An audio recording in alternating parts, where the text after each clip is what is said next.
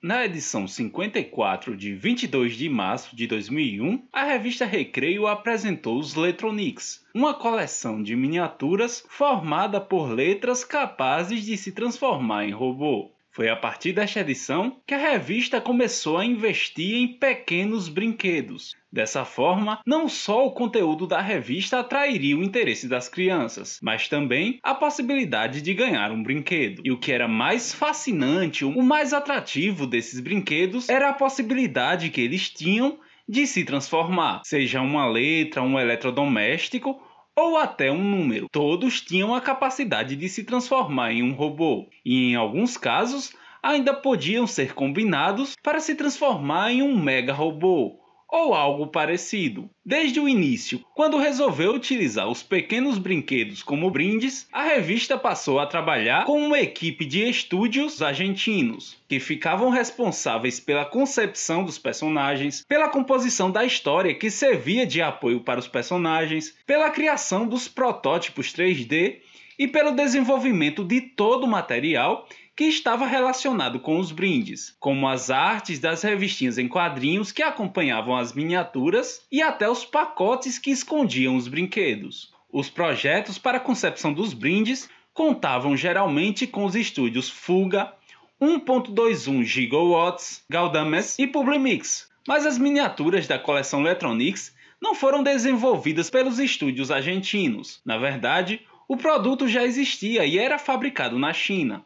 A editora Abril, responsável pela revista Recreio, procurou a consultora Publimix, uma empresa argentina especializada em entretenimento educativo, para desenvolver todo o material lúdico e educativo que daria apoio à coleção Letronics. Foi dessa parceria que surgiu a ideia das revistinhas, que contavam histórias sobre os personagens que vinham de brinde na revista.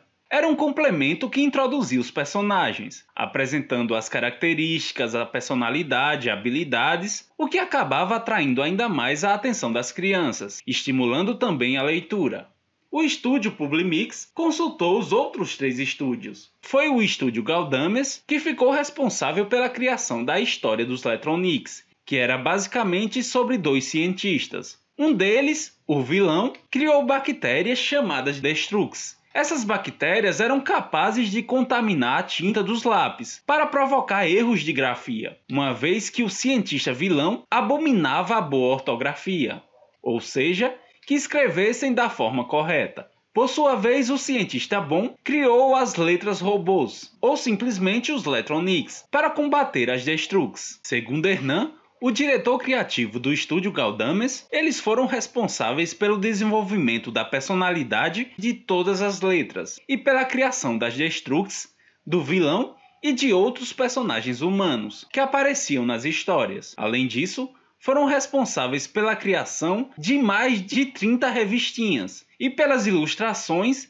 que faziam parte do material promocional da coleção Letronics. Os Letronics foram lançados no Brasil na primeira metade de 2001, mais especificamente em março. A coleção de letras robôs foi tão bem aceita no Brasil que despertou o interesse de uma revista infantil argentina, que adquiriu os direitos para utilizar os brindes. Mais tarde, uma revista infantil mexicana, pertencente ao grupo Televisa, também adquiriu os direitos. Para fidelizar o público alcançado com os Letronics, a Recreio e os estúdios lançaram os Numerix, números capazes de se transformar em robô, na segunda metade de 2001, e em 2002, os Mega Letronics, eletrodomésticos que se transformavam em robô. Para as duas coleções, eles continuaram com os personagens criados para os quadrinhos dos Letronics e com os brinquedos licenciados da China. Foi só com a coleção Rock Animal, ainda de 2002, que os estúdios argentinos tiveram maior liberdade criativa, pois dessa vez, além de desenvolver a história e criar os quadrinhos, eles também tinham a missão de criar os brinquedos. A ideia era continuar com os brinquedos que se transformavam. Por isso que, além de trabalhar nos aspectos dos animais e dos demais personagens, os estúdios tiveram que pensar nos mecanismos de transformação. O trabalho em parceria com os estúdios argentinos continuou praticamente até o fim da revista. Aparentemente,